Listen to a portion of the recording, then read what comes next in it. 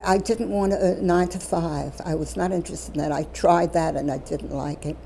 So I got a job as a camera girl. In those days, well, that was during the war, and everything was swinging.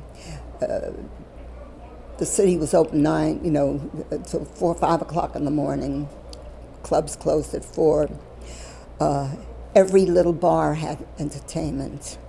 And of course, there was no television. There was no television. Really killed, most of that. So it was a great time. And it was funny because I learned I could whistle this way. I was always able to get a cab because I'd walked out of a club and I'd be in my gown. You have to wear gowns, and I'd whistle for a cab, and cabs would stop for me who wouldn't stop for anybody else.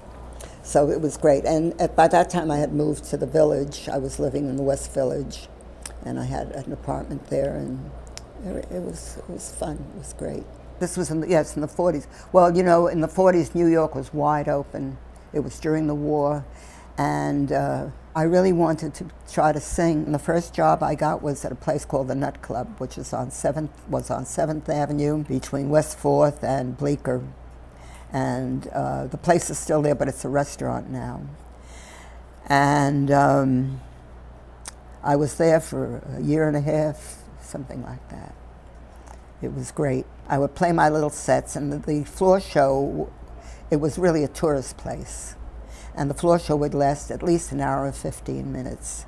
So in that time, I could go out, and at that time, every little bar, and the West Village was always a place of bars and clubs and everything.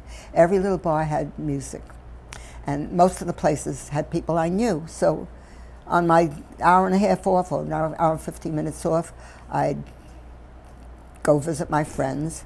And then when it was almost time to go back, I'd call the check room girl and say, where are they in the show? I knew when, and then I'd go back. So it was, that was great. I had a really great time. Also at that time, God, how young I look. How young I was.